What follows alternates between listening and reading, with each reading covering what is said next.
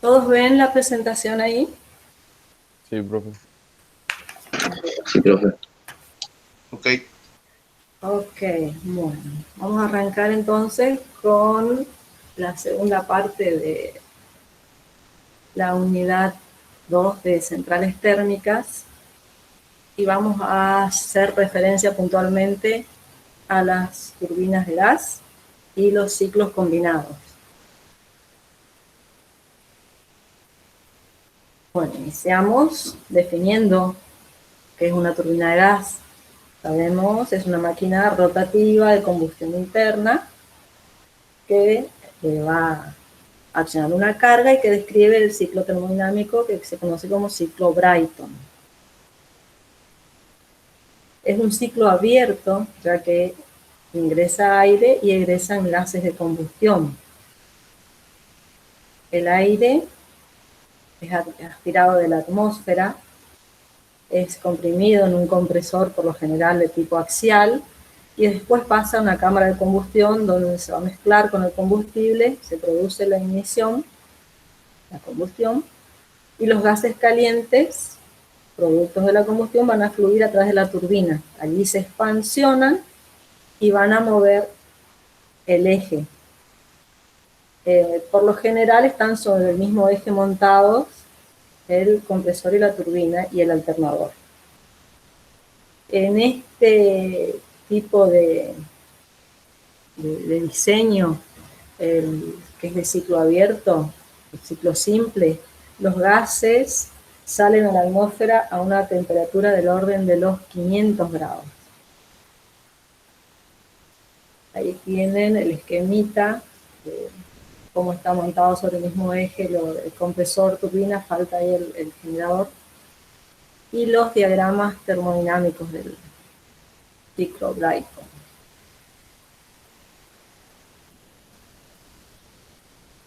Como les decía, en las turbinas, este tipo de turbinas normalmente están montadas en el mismo eje, giran en forma solidaria. La velocidad de giro, cuando hablamos de generación de energía eléctrica, va a estar limitada a 3000 RPM, en razón de la frecuencia que tiene el rotor del generador para sincronizarse con la frecuencia de la red.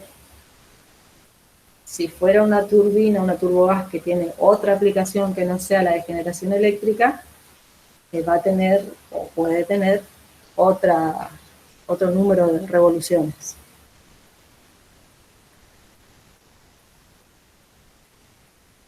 Cuando se habla de las turbinas de gas, se mencionan esta serie de ventajas que están escritas acá en esta transparencia.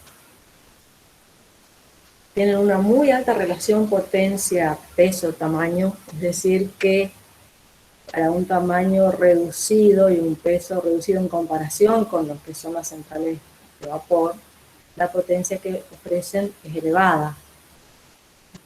El costo de instalación también comparativamente es relativamente bajo y se puede poner en servicio también en un tiempo que es menor a un año en general. Los tiempos de arranque son cortos, después vamos a ver un poco más en detalle cómo es el proceso de arranque. Otra ventaja es a la hora de considerar las vibraciones que se producen, como es una máquina rotante, las vibraciones y el desgaste. No va a haber movimientos alternativos que pueden complicar. Se trabaja con presiones relativamente bajas comparados con lo que habíamos visto que trabajaban las turbinas de vapor, una central termovapor. La combustión se da a una presión aproximadamente constante. En el ciclo no se necesitan grandes cantidades de agua. Se puede adaptar los quemadores para distintos tipos de combustible. Tienen bajo nivel de emisiones y es posible aprovechar el calor residual de los gases de escape de la turbina, que es lo que se hace cuando se trabaja como ciclo combinado.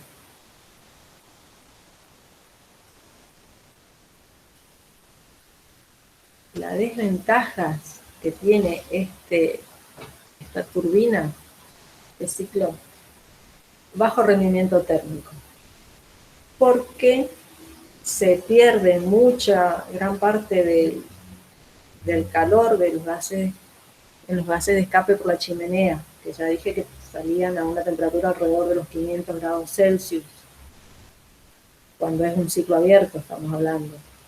Y además, gran parte de la potencia que genera la turbina tiene que utilizarse para accionar el compresor axial.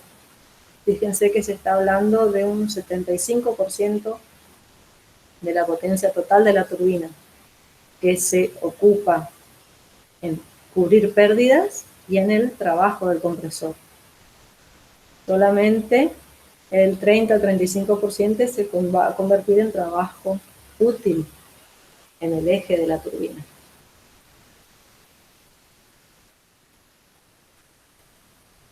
Ahora tenemos una imagen un poco más realista de cómo está constituida una turbogás. Vemos que tenemos la entrada de aire, acá, una serie de filtros. Acá van a ingresar al conjunto compresor, cámara de combustión, turbina, y después acá salen los gases de producto de la combustión. Sobre el mismo eje vemos que están montados compresor, turbina y generador. Acá hay un equipo reductor. Y acá hay un cuarto donde hay controles, un cuarto auxiliar donde se pueden tener los dispositivos de control de los sensores. Y también acá vemos que hay una grúa que está montada para realizar el mantenimiento.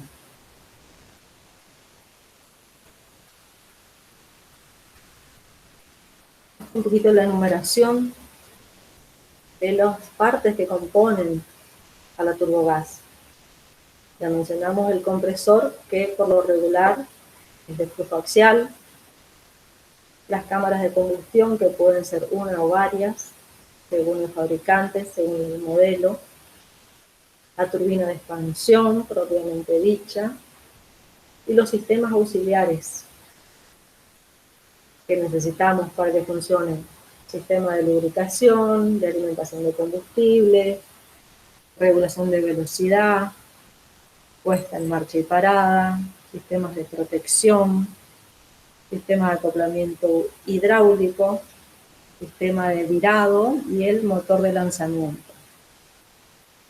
Después vamos a comentar un poquito más el tema del sistema de virado, pero recuerden que ya lo había comentado ayer el ingeniero Paredes, o la clase anterior, no estoy segura, que era necesario mantener girando a muy bajas revoluciones al eje de estos equipos, que son equipos que alcanzan elevada temperatura, y cuando se los detiene, no se los puede dejar estáticos porque se deformarían.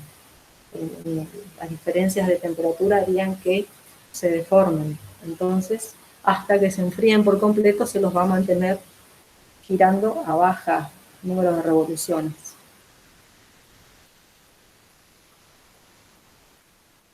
Acá tenemos otra imagen donde podemos ver las distintas partes. ¿Cómo andamos con el inglés? De la turbina, de una turbogás. So. Bueno, tenemos bombas de aceite, auxiliares del aceite de lubricación.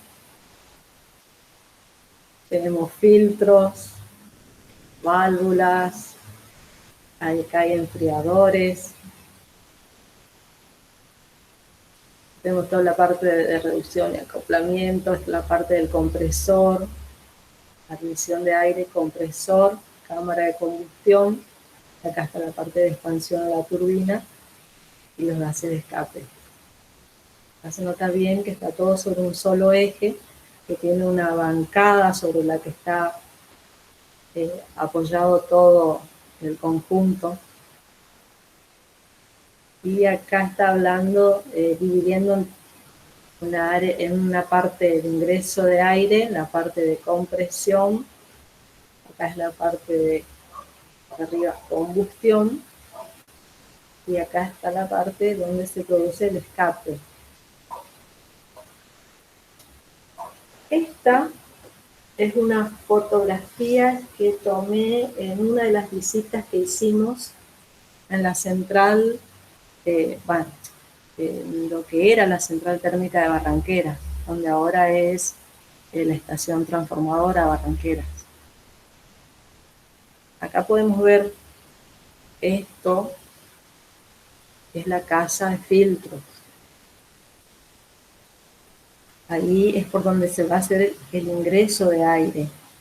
Va a tener una serie de filtros y algunas veces puede preparar al aire en presión y temperatura antes de que ingrese al compresor.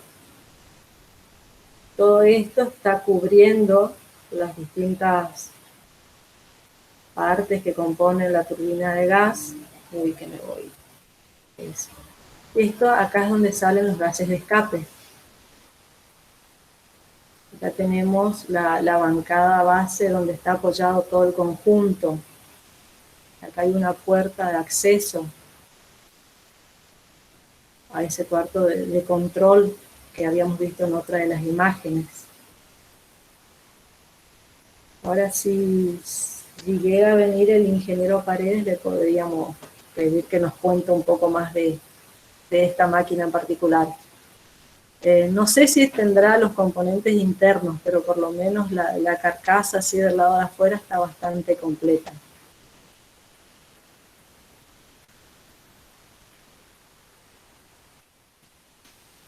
En esta imagen estamos viendo cómo fue evolucionando a través de los años el rendimiento o la eficiencia térmica de distintos tipos de turbinas, las turbogás, las de ciclo combinado y las de vapor. Esto en función fundamentalmente del desarrollo de materiales que pueden soportar mayores temperaturas en la cámara de combustión y en las alaves de la turbina, en el caso de las turbogás. Y también en mejoras que se fueron realizando en el compresor axial, porque se introdujeron conceptos de aerodinámica que permitieron aumentar la eficiencia de ese tipo de compresores y lograr que alcance rendimientos del 85% aproximadamente.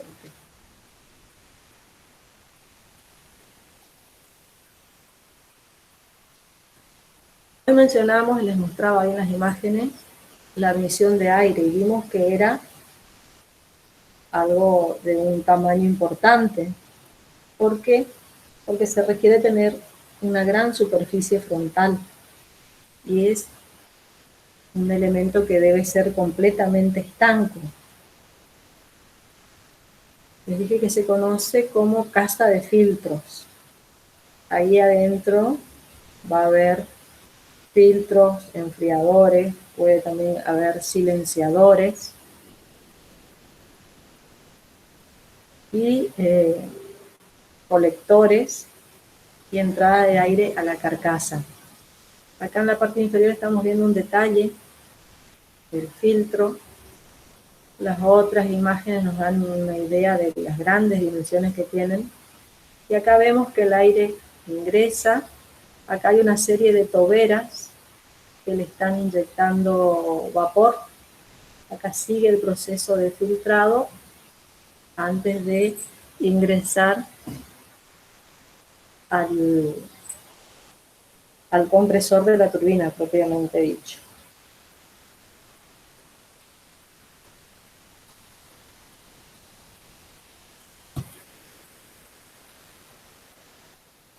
El segundo elemento que habíamos visto es el compresor de aire. Como les decía, acá vemos los álabes del compresor. Vemos que es un compresor de tipo axial que tiene en general entre 10 y 15 etapas que tienen muy bajas relaciones de compresión, y a medida que avanza la corriente de aire, va disminuyendo la sección transversal. Por lo tanto, va disminuyendo el volumen del aire. En total se logran alcanzar relaciones que van de 1 a 10 a 1 a 30, de acuerdo al modelo de turbina. Les había comentado ya que este proceso va a consumir aproximadamente las 2/3 partes del trabajo que produce la turbina. Les mencioné también que el rendimiento alcanzó el 85% a raíz de los diseños teniendo en cuenta las teorías aerodinámicas, como pueden ver las formas de los álabes, tanto el rotor como el del estator, han tenido en cuenta esa teoría para mejorar el rendimiento. Una de las mejoras que se suelen hacer para disminuir la potencia necesaria para este proceso de compresión es optar por enfriar el aire en etapas intermedias. Así, con el aire más frío vamos a tener una mejor compresión, aunque podemos perder un poquito de eficiencia en la turbina porque va a entrar aire más frío a la cámara de combustión. Acá también es interesante mencionar que una parte del aire del compresor se va a utilizar para refrigerar los álabes y la cámara de combustión. Los álabes de la turbina, estamos hablando, que son los que están en este sector caliente.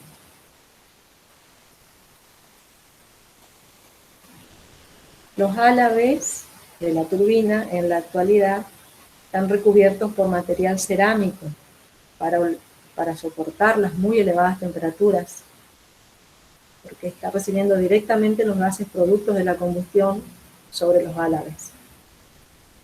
Y además poseen una serie de orificios por los que va a circular el aire de refrigeración que se inyecta a través del eje donde están montados los álabes.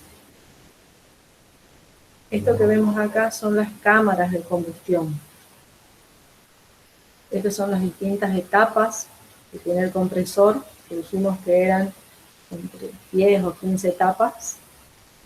Y estas son las etapas de la turbina, que son mucho menos que las del compresor, como pueden ver.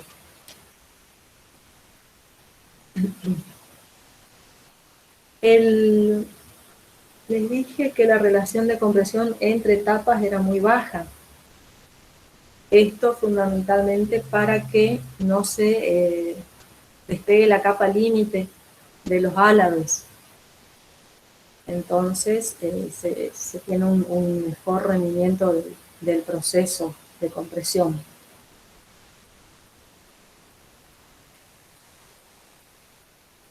Tenemos otra vista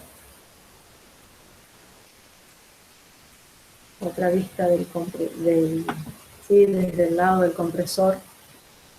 Acá. Estas son las cámaras, distintas cámaras de combustión. En todo este sector vamos a tener las distintas etapas de compresión. Y por este sector están las etapas de la turbina de expansión.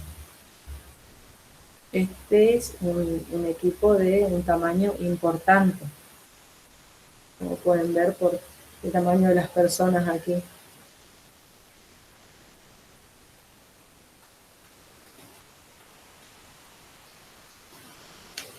Bueno, dijimos que las cámaras de combustión, de acuerdo al modelo de turbina, pueden tener distintas características.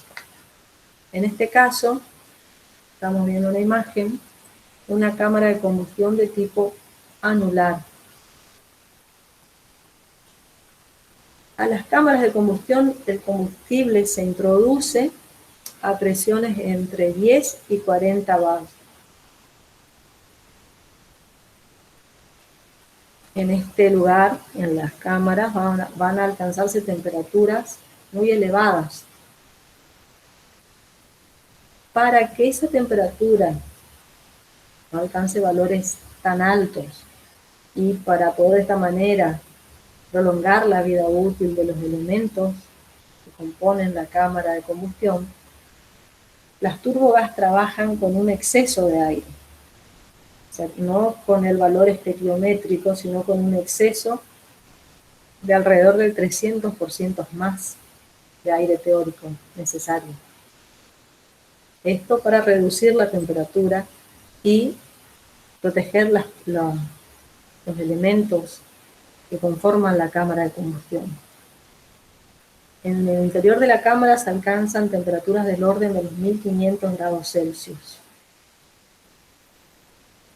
Había mencionado ya hoy que parte del aire del compresor se utiliza para refrigerar las paredes de la cámara de combustión. En este tipo de cámara, que es la cámara anular, vemos que hay un cilindro que está orientado axialmente, instalado alrededor del eje. Acá, esto es el cilindro que está montado axialmente alrededor del eje. Acá tenemos otra imagen. Todo esto es un cilindro concéntrico montado de forma axial y posee entre 15 y 20 inyectores. Acá más indicados los inyectores cómo están distribuidos alrededor. Acá está el eje.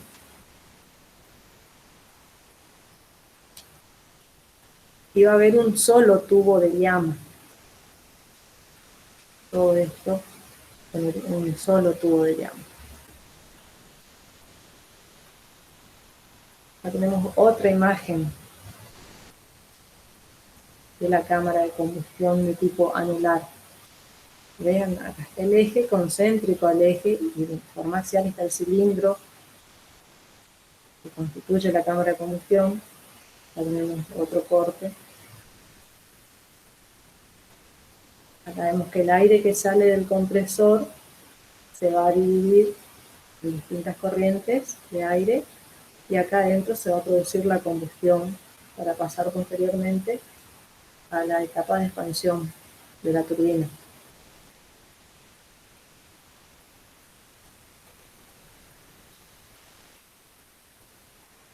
Otra forma es contar con una cámara de combustión que se denomina tubo anular. En este caso, tiene ese nombre porque son una serie de tubos que van a estar distribuidos alrededor del eje de manera uniforme. En cada tubo va a haber un inyector de combustible y una bujía. Este tipo de cámara es más pesado, tiene más material que el anterior y suele tener menor rendimiento que las cámaras de tipo anular simples. Acá vemos que están indicados el enfriamiento, el aire de enfriamiento, la cámara propiamente dicha, y acá un ducto de transición. Acá se van a mezclar las corrientes antes de ingresar a la turbina. Vemos acá que está todo en celeste, distintas corrientes de aire que provienen del compresor. Esta es la salida del compresor. Acá ingresan y se distribuyen en distintas corrientes a la cámara de combustión. Acá está la tobera que está inyectando el combustible pulverizado, que se mezcla con el aire.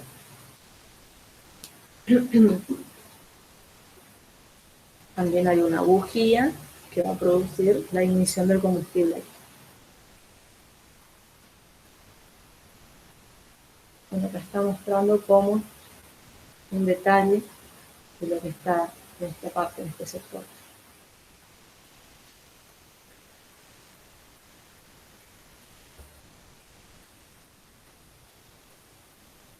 Seguimos con el mismo tipo de cámara. como les decía, en esta imagen se puede ver bien cómo están distribuidos los tubos alrededor del eje, que están hechos de esa distribución de manera uniforme. Por la forma en la que están montados.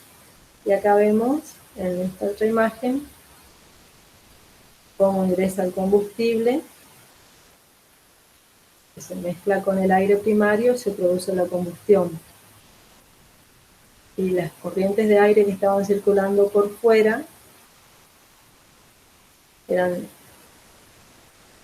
suelen denominarse corrientes secundarias y terciarias, y se van a producir mezclas a través de estos orificios. Recuerden que les había dicho que hay un exceso, se trabaja con un exceso de 300 o 400% más de aire teórico, del aire que teóricamente es necesario para la combustión. Entonces, esos excesos de aire se manifiestan acá para enfriar la cámara de combustión. Por último, otro tipo de cámara de combustión que algunas marcas utilizan son estas cámaras que se llaman de tipo silo. Como vemos, está situado alrededor del eje de una cámara, en el hueco que hay entre el compresor y la turbina. En la parte superior se instalan los inyectores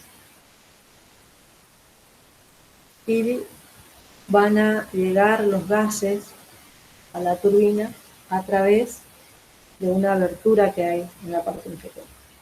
La combustión se va a dar en este anillo. Es un corte, un detalle de la parte superior de la cámara tipo silo.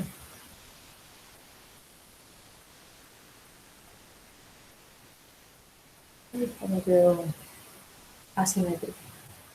Esto es lo que le comentaba hoy respecto a los álabes de la turbina, que tenían una serie de orificios para el enfriamiento y que tenían una capa de material cerámico para protegerlos. Porque fíjense, de las cámaras de combustión, directamente los gases producto de la combustión van a impactar sobre los álabes de la turbina. También vemos que es un número de etapas mucho menor que el que había en la etapa de compresión. El compresor tenía más de 10 etapas y acá tenemos 4, 5 etapas. Los gases van a ingresar a la turbina con una temperatura que va a estar alrededor de 1000 a 1300 grados Celsius y a una presión que va de 10 a 40 bar. Y en el escape, en esta zona, salen a más de 500 grados Celsius. Este detalle de la temperatura elevada de los gases de escape es lo que va a permitir que se utilice después para un ciclo combinado.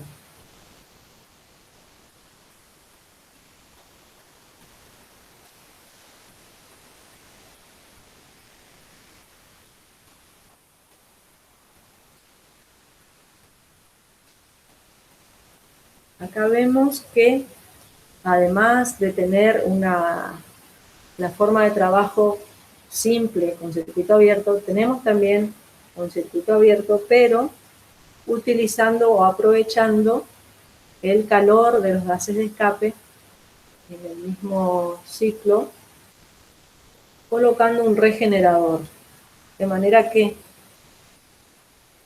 el gas que sale del compresor va a tener un calentamiento previo antes de ingresar a la cámara de combustión.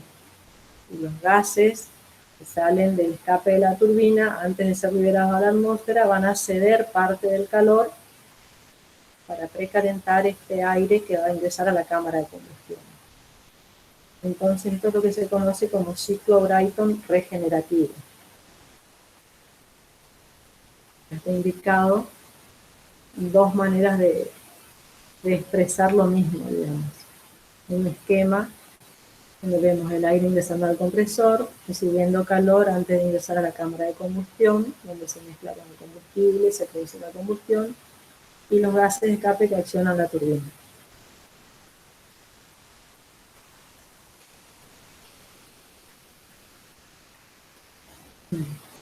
Acá vamos a ver un videito.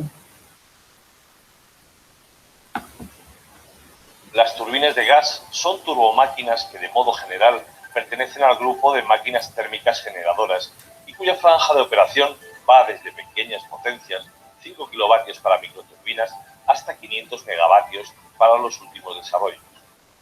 Sus principales ventajas son el pequeño peso y volumen en relación a su potencia y la flexibilidad de su operación.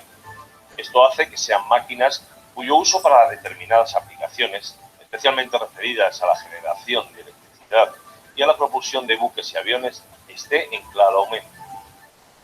Al ser máquinas rotativas, presentan una clara ventaja frente a los motores alternativos por la ausencia de movimientos alternativos y de rozamientos entre superficies sólidas, como las que se dan entre pistón y camisa, lo que se traduce en menores problemas de equilibrado y menores consumos de aceite lubricante, que además no están en contacto con superficies calientes y con productos de combustión.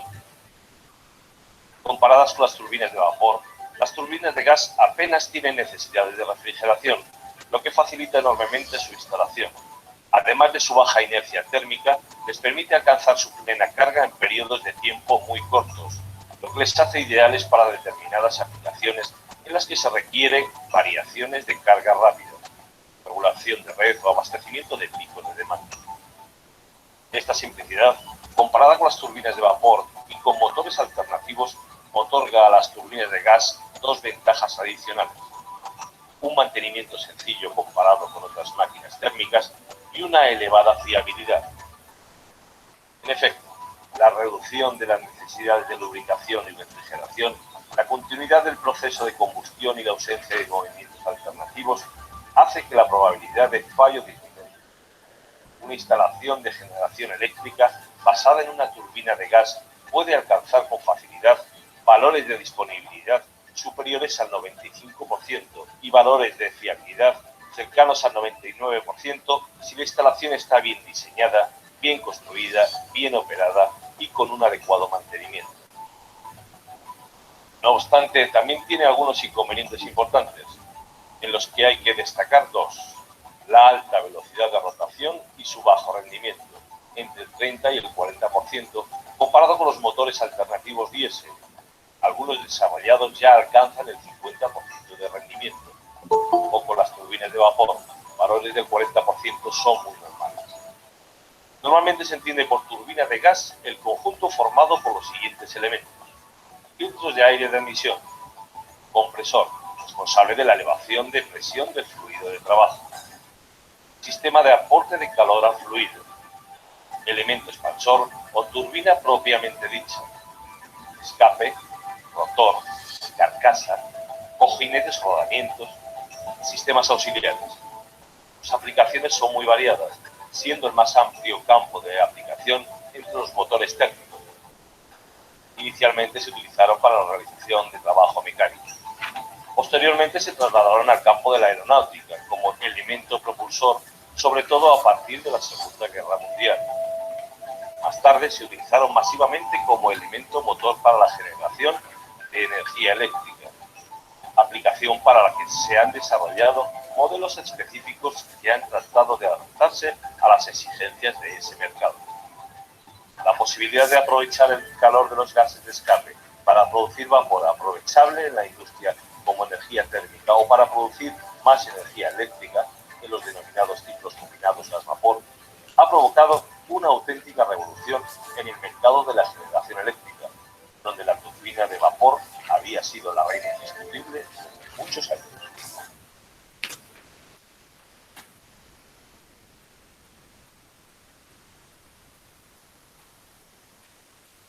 Me pareció que había alguien que quería ingresar.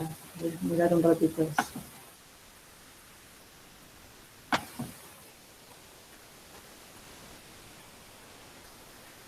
Buen día.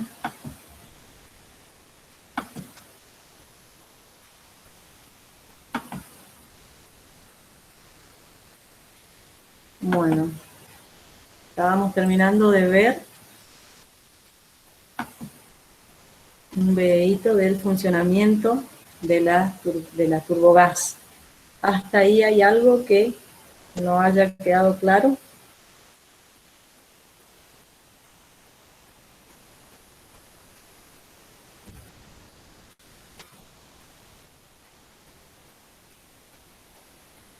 Hola, ¿están ahí? ¿Me escuchan? Sí, profe, escuchamos. Sí, estamos acá. Sí, profe. Se entiende todo. Bueno, vamos a comentar un poco ahora entonces los tipos de arranque de una turbogás. Esta clasificación está dada según la temperatura, la carcasa y del rotor al momento de iniciar el proceso de arranque. En función de estas variables, entonces, tenemos básicamente tres grupos: el arranque frío, el templado y el caliente. El arranque frío, como está expresado ahí, es el que se produce cuando la turbina ha estado más de 72 horas parada. El templado en el rango de las 24 y 72 horas, y el arranque en caliente cuando este se produce en menos de 24 horas desde que se haya producido la parada de la turbogás. Adicionalmente puede haber o pueden darse otros dos tipos de arranques. El superfrío, que es cuando la turbina, el metal de la turbina está a temperatura ambiente, que va a necesitar que se produzca el virado de la turbina una elevada cantidad de horas, y un rearranque, que sería el caso opuesto, cuando este arranque se va a producir inmediatamente después de un disparo, después de que salió de servicio porque algún sensor dio un aviso y puede que se haya corregido ese tema rápidamente, o sino que haya sido una falsa alarma. O también puede ser el caso en que se estén haciendo pruebas. Entonces se la saca de servicio e inmediatamente se la vuelve a arrancar. La diferencia fundamental entre todos estos tipos de arranques que están presentados aquí va a ser la rampa o la velocidad con que se le va dando carga. Porque cuanto más frío es el arranque, tiene que ser más suave la forma en la que se le va subiendo la carga, para tener de esta manera un calentamiento uniforme entre estator y rotor. Un arranque frío con subida de carga hasta plena potencia puede demorar hasta 45 minutos, mientras que un arranque caliente, ya lo comentaba el ingeniero Paredes anteriormente, se va a dar en menos de 15 minutos. Ingeniero, usted cuando quiera aportar algo, por favor.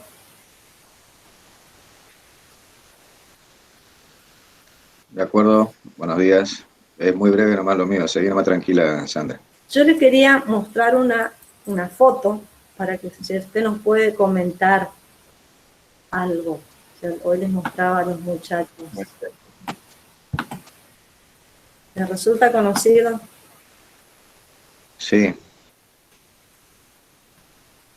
¿Hay algo que usted nos pueda comentar? ¿Se acuerda de qué potencia era este equipo, de qué marca? Sí. Sí, ese es un equipo General Electric, de los más antiguos, obviamente, que hay en el país y de los más eficientes. La potencia nominal es de 10,5 megavatios.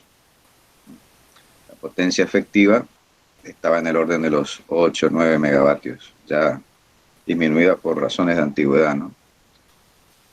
Las partes vos ya les habrás explicado, ¿no es cierto? Acá se advierten claramente. Sí, sí, les comenté. Este equipo está ubicado en las afueras del edificio de la Central Barranqueras y se conecta eléctricamente a través de unos cables subterráneos que salen de la pequeña subestación transformadora que está ahí a la izquierda, abajo. Y van por cables subterráneos hasta la sala de celdas de 13,2 de la central propiamente dicha, ¿no? Esta máquina se alimentaba con diésel oil en un principio y después mudó a gasoil, combustible líquido, que llegaba a la central a través de barcazas por el riacho Barranquera, ¿no?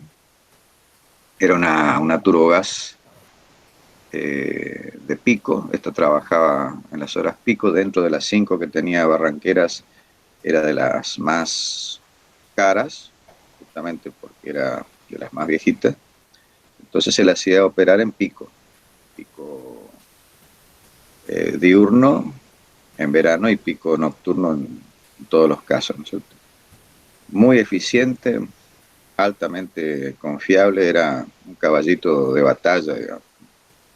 Tenía sus ñañas, como todas las cosas, pero había 3 o 4 operadores que sabían bien cómo arrancarla más que nada, ¿eh? Me sonrío porque era un poco cómico, ¿no es cierto? En un determinado momento del proceso de arranque había que darle un golpecito al regulador de carga para que la máquina se embale con una intensidad determinada, si no quedaba ahí en relente y tardaba más en arrancar. Ahora, ayudándola, arrancaba, digamos, en 5 minutos más rápido que de costumbre. Es cómico, pero así sucedía. Si no estaba el operador que conocía ese golpecito exacto, en el momento exacto, la máquina tardaba un poquito más en arrancar. Y lo mismo cuando desenganchaba. Estaba escuchando que vos hablabas del tema de los sensores.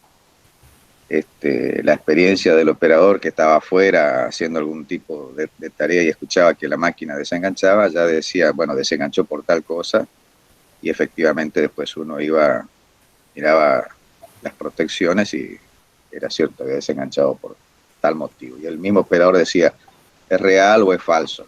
¿Eh? Entonces, si era falso, como vos dijiste ahí, se iniciaba un arranque en rearranque, en caliente, que era rápido, y si no, bueno, había que revisarla la máquina, ¿no? Así que, en trazos gruesos, eso es una pequeña historia de ese grupo generador que está siendo conservado en forma íntegra en Barranqueras. No sé bien por qué rara casualidad del destino, ¿no?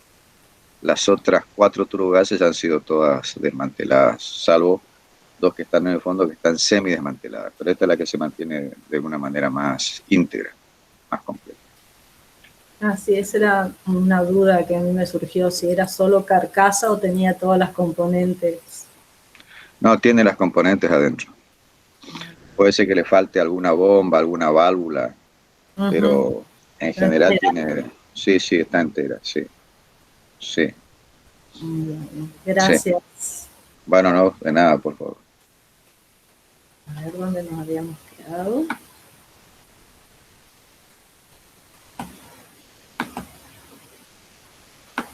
Por acá.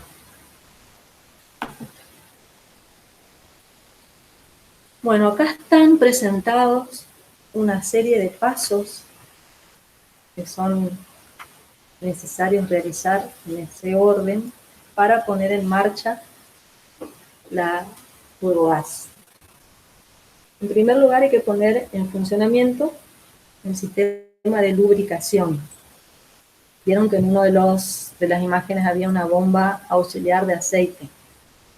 Bueno, esa bomba va a tomar energía de la red y es lo primero que va a ponerse en funcionamiento. Una vez que la presión de aceite tiene un valor adecuado, se va a iniciar el motor de arranque o motor de lanzamiento. Este motor puede ser un motor diésel, un motor eléctrico. El eje de este motor va a estar acoplado mediante un embrague hidráulico con el eje de todo el equipo, compresor, turbina. También puede ser que el generador trabaje como motor en algunos equipos. Luego, una vez que se alcanzan ciertas temperaturas, se va a vincular al motor con todo el eje del compresor, turbina, a través del embrague hidráulico, con un acoplamiento mecánico. Posteriormente se va a iniciar el virador, o se va a poner en marcha el virador, que va a sacar del reposo a la masa rotante, va haciéndola girar a muy bajas revoluciones. Ahí están mencionados entre 3 a 5 revoluciones. Una vez que el rotor está girando,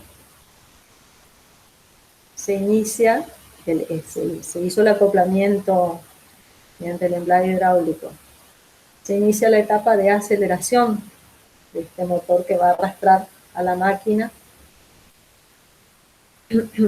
hasta que se alcance la mitad del número de vueltas de régimen de la turbina. Ya habíamos comentado que era de 3000 revoluciones por minuto para el caso de las que se usan para generación eléctrica. Cuando se alcanza este valor de aproximadamente 1500 RPM, se habilita el ingreso de combustible a los inyectores. Entonces se energiza la bujía y se produce una combustión. Comienzan entonces a haber gases producto de la combustión, que va a actuar sobre la turbina. Así entonces la turbina se va a comenzar a acelerar arrastrada por el motor de lanzamiento y los gases de combustión. Llega un punto en el que alcanza un cierto número de revoluciones que se va a producir un desenganche automático de este motor de lanzamiento. Y la turbina va a continuar acelerándose hasta que alcance su número de vueltas de régimen. Cuando se alcanza ese estado, va a entrar en funcionamiento un sincronizador que automáticamente va a regular frecuencia, tensión y desfase de la curva de tensión del generador respecto a la red. Se transfiere el proceso de lubricación a la bomba principal del circuito y sale de servicio la bomba auxiliar. Si la turbina opera en ciclo abierto, como vimos los esquemas, la subida de carga hasta la potencia deseada puede lograrse entre 16 a 20 minutos. Todo este proceso va a llevar entre 16 y 20 minutos.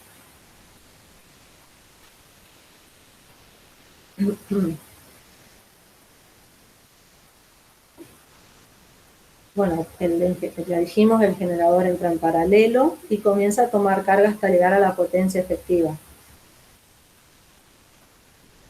Como no se puede variar la velocidad, lo que se varía para regular la potencia es la cantidad de combustible.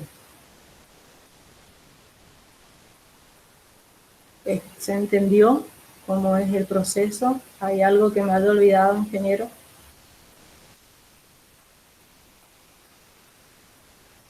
No, está más o menos justamente lo que había mencionado. En algún punto de eso se le da un toquecito por parte de los operadores viejos. No sé si vos vas a la parte eléctrica en algún momento, pero les quiero comentar a los chicos, ahí en ese párrafo que dice, en estas condiciones el generador entra en paralelo con la red. Esa entrada en paralelo también es paulatina, vale decir, se va excitando de a poco el generador y levantando tensión de a poco. Tampoco es una entrada brusca en paralelo. Mucho más rápida que la parte mecánica, por supuesto, ¿no? Pero se le va dando excitación al generador. Así como se le va cargando con combustible en forma paulatina, se le va dando velocidad a la máquina y luego potencia, se hace algo parecido, pero ya digo, mucho más rápido a nivel de tensión, ¿no? Esa entrada en paralelo que está mencionado ahí en el punto 10 es el cierre del interruptor que yo les decía ayer. Ese cierre es mediante una operación de paralelo. Acuérdense lo que era hacer el paralelo, ¿no es cierto? Verificar secuencia de fases, módulos y ángulos de las tensiones, ¿no? Por supuesto que eso se hace todo automáticamente, pero eléctricamente lo que sucede es eso. Como anécdota, obviamente, en las épocas pasadas no era tan automático, había que hacerlo un poco a mano también. Pero bueno, eso es historia. No, en general coinciden todos los tiempos con lo que hablábamos ayer, así que no. Sí. ¿Alguno quiere preguntar algo hasta aquí?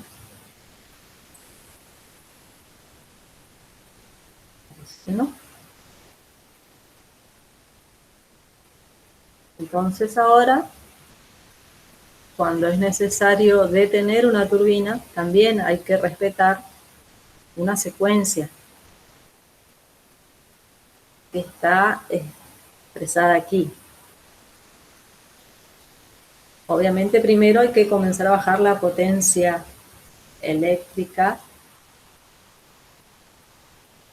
en el generador y para ello, como les comentábamos, actuar sobre el combustible, sobre el caudal de combustible, hasta reducir la potencia a 0. Sacamos de paralelo el generador eléctrico, lo desconectamos, se pone en marcha la bomba auxiliar de aceite,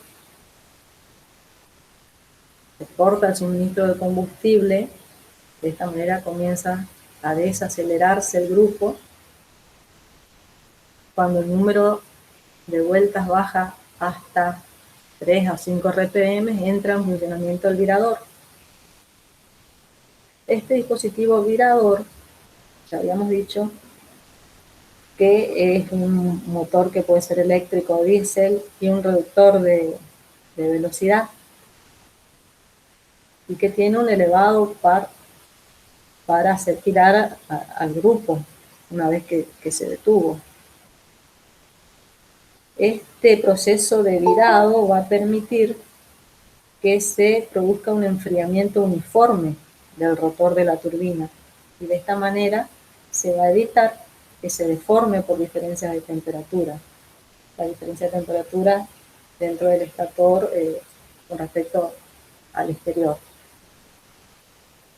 Cuando la temperatura entre el interior de la turbina, en el interior de la turbina ya es próxima a la ambiental, se puede detener el virador. Y por último la bomba auxiliar de aceite. Permiso, que aparentemente hay alguien que quiere ingresar.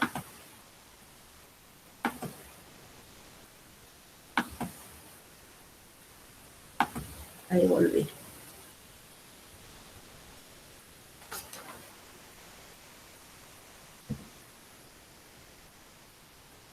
Bueno, hasta aquí.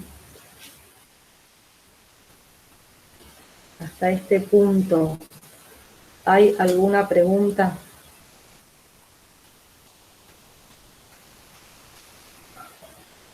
¿No? No. No, bueno. ¿Sí, no? Profe, una consulta. Eso es como que va midiendo la potencia demandada y en función de eso es cuánto le da de combustible, es una cosa así sería. No entiendo. Viste, vio que se dijo que según la potencia que se requiere es cuánto combustible se le da al generador, a la combustión. Claro, vos en este equipo no podés variar la velocidad de rotación tiene que ser constante, porque está conectado en el mismo eje la turbina con el generador. Y hoy les había explicado que tenía que mantenerse las 3000 revoluciones.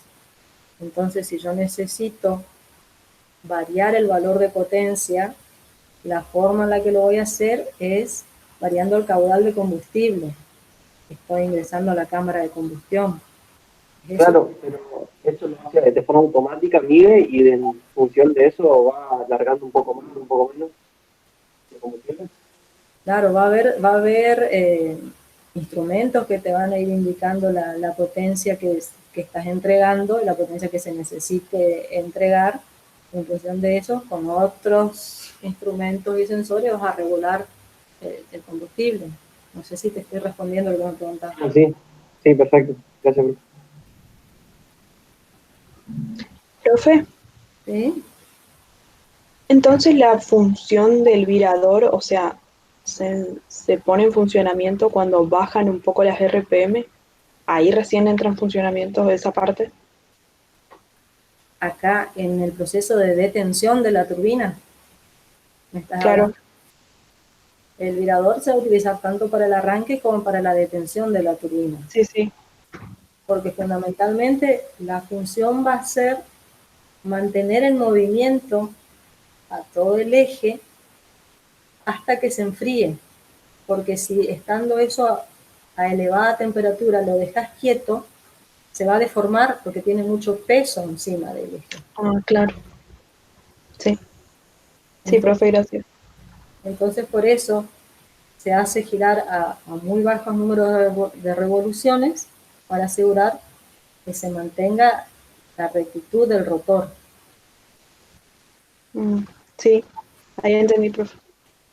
Bueno, ¿alguna otra cosa? Algo que me había olvidado de mencionarle hoy cuando estuvimos viendo los esquemas es que esta bancada base que tenía fundamentalmente debe tener una cimentación propia para no transmitir las vibraciones de la turbogas al resto de los equipos que pudiera haber en las proximidades, en la planta. Eso es algo que se me había pasado comentarles.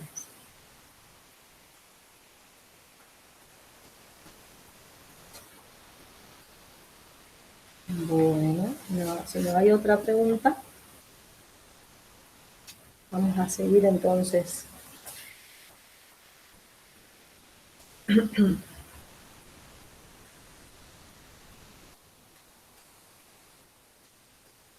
Y antes de entrar a las centrales de ciclo combinado, yo les voy a pedir 5 minutitos para prepararme un mate y continuamos.